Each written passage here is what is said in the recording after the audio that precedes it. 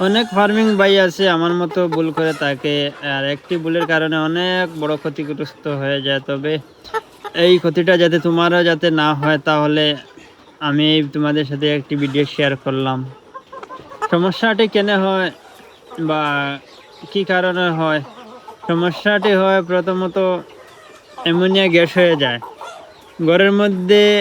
অতিরিক্ত পুরনো লিটার হওয়ার কারণে ঘরের মধ্যে অ্যামোনিয়া গ্যাস হওয়ার কারণে মুরগিগুলো এইভাবে হঠাৎ মারা যায়, অথচ মুরগির মুখে দিয়ে লালা চলে আসে বা এক জায়গায় বসে থাকে, জিমায়, কোনো কিছু খাবার না খাইয়ে থাকে। তো তাড়াতাড়ি পারবেন আপনার ঘরে লিটারগুলি পরিবর্তন করার চেষ্টা করবেন, বা চেষ্টা করতেই হবে, না হলে এই সমস্যাগুলি বারবার আসতে থাকবে। আর যখন এই সমস্যাগুলি হবে, তখন আর কোনো কিছু দিয়েই কভার করতে পারবেন না।